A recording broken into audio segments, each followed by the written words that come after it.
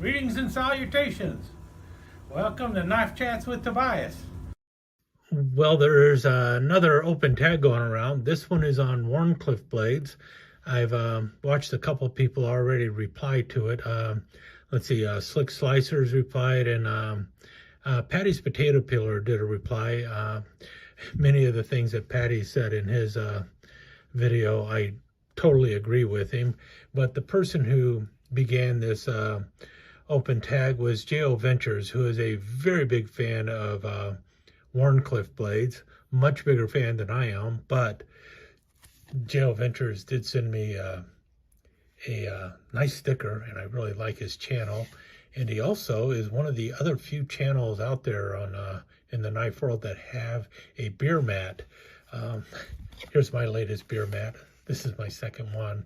I'll have to get one of these to J.O. Ventures for inspiring this new open tag on Wharncliffe blades. Now, as I mentioned, I'm not the biggest fan of Wharncliffe blades. Really, it's more, I'm not the biggest fan of the way Wharncliffe blades are hyped and also used just to sell a knife. There's a lot of misconceptions about the blade, and so many people, it's like hop on the bandwagon and they'll call just about any blade out there a Wharncliffe blade if they think the knife is going to sell better. So there's a lot of things, especially in the modern folder world, that are listed as a Wharncliffe blade or a modified Wharncliffe blade that are anything but a Wharncliffe blade. And I think that's really one of the things that kind of off-puts me about the blade. However, I think the blade is useful. It has been around for a very long time. Both J.O. Ventures talked about the origins of that blade. Slick Slicers also did a video some time ago about the whole Wharncliffe blade and the Ettrick knife and everything else. And so there's a lot of good information already about the blade.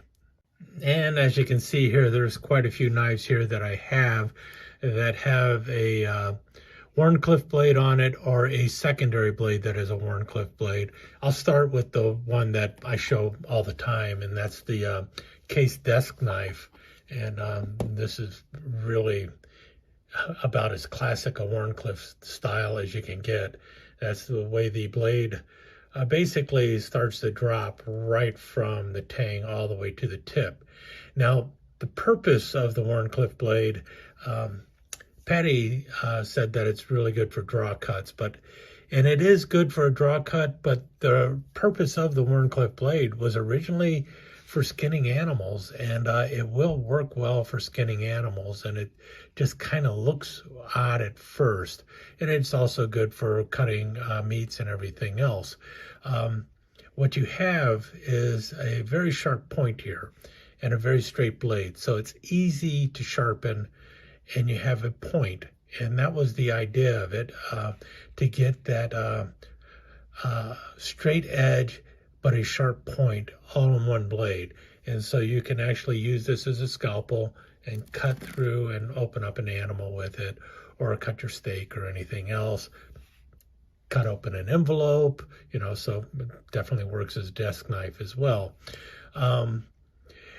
But the problem with the Wharncliffe blade also is the fact that you have the blade slowly dropping from the beginning, and so you do have a bit of a fragile tip here, especially if somebody is goofy enough to add a swedge to this on top of the droop here.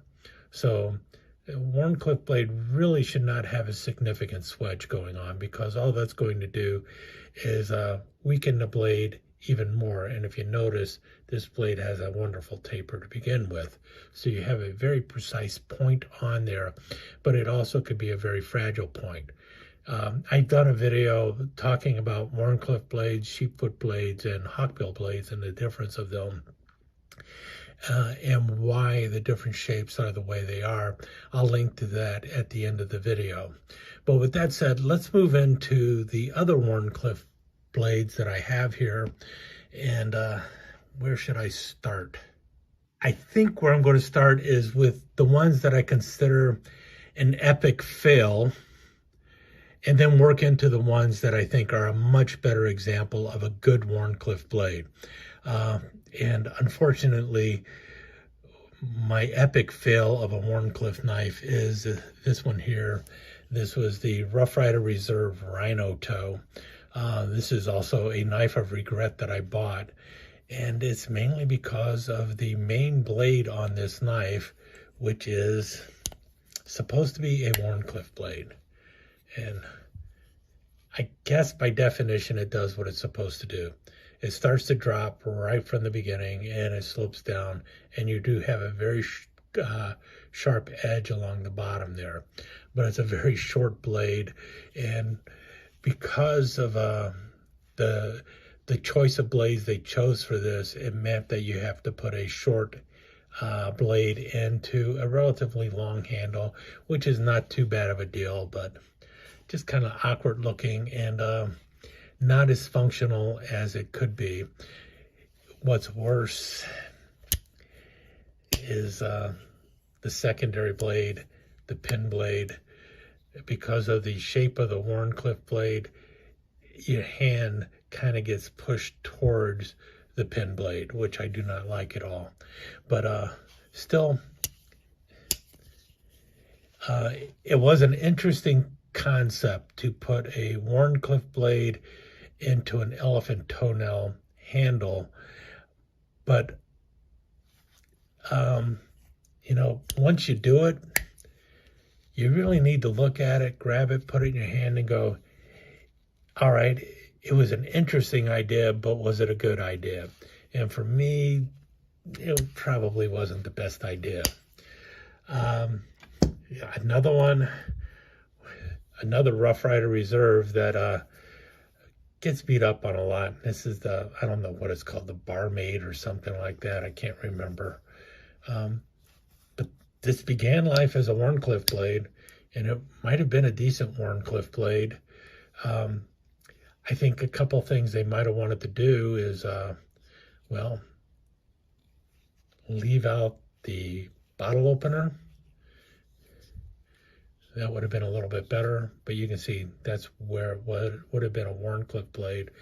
And instead of putting a bottle opener there, just make the secondary blade over here the bottle opener. It's odd because this blade becomes very difficult to use, again, because of the bump on the Wharncliffe blade.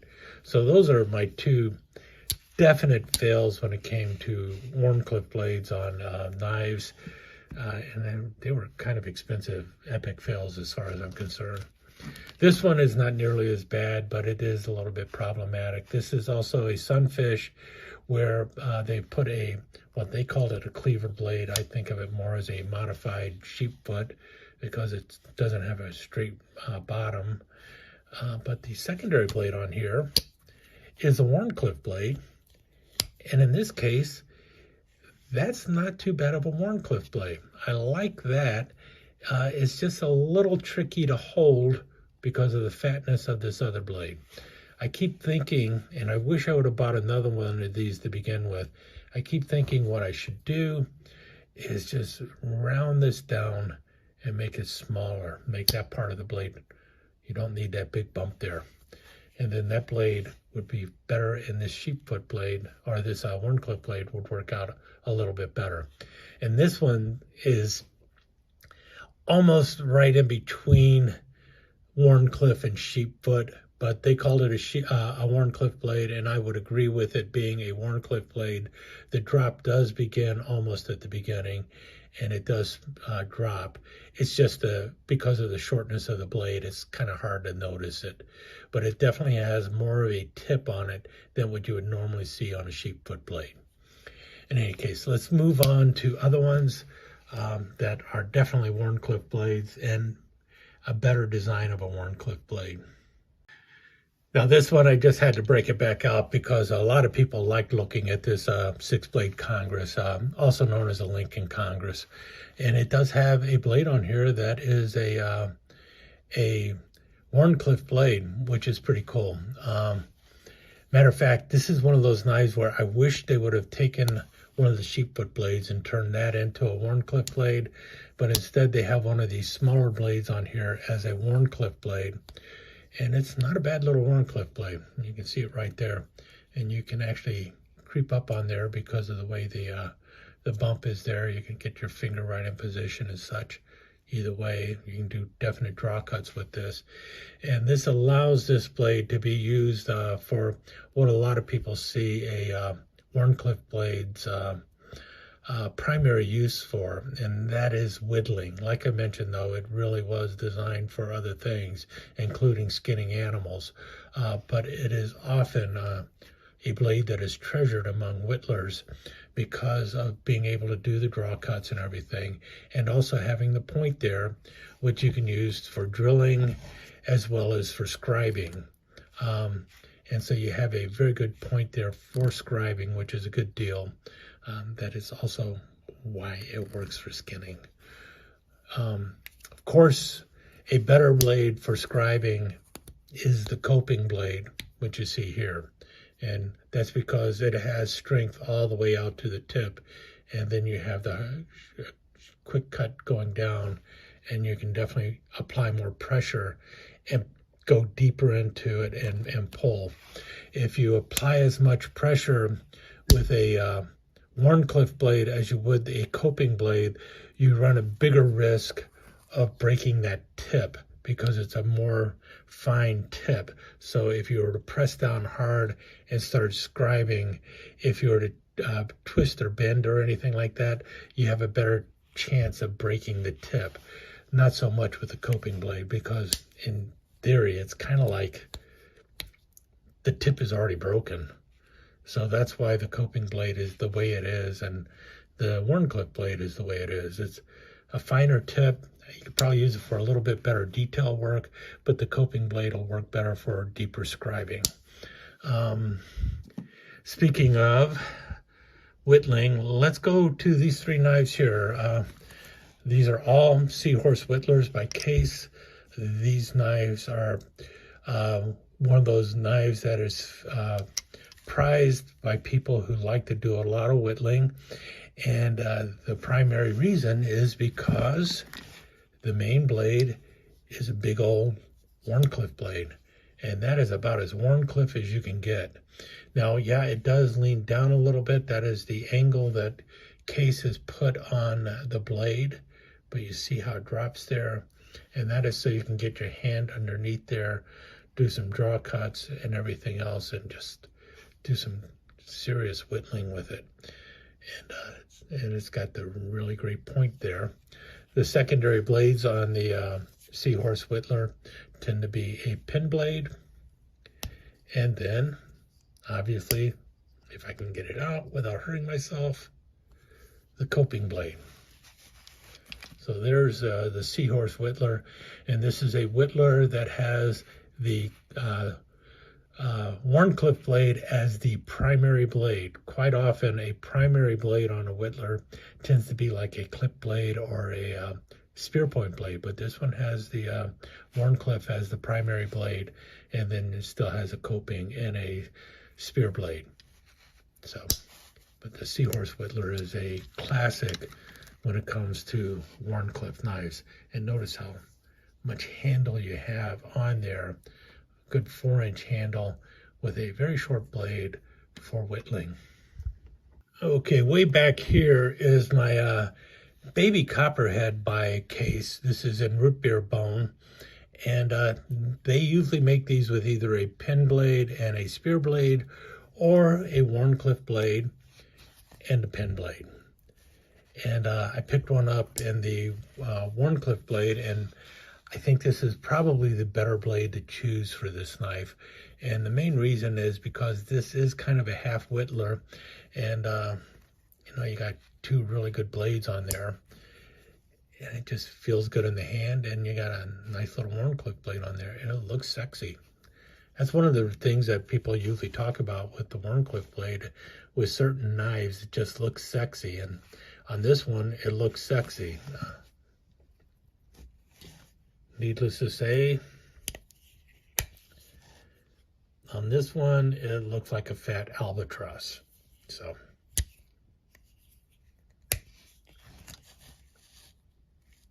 come on, really, which one looks cooler? We both know. Any case, that's another one I have, the baby copperhead with a Wharncliffe blade. Like I said, they will make these with a spear blade or a Wharncliffe blade. I like the ones with the Wharncliffe blade better. We have this one back here. This is the, what do you call it, the bowling pin or whatever. This was in the Stoneworks line. I also picked it up in the Arctic Fox line after I bought this one.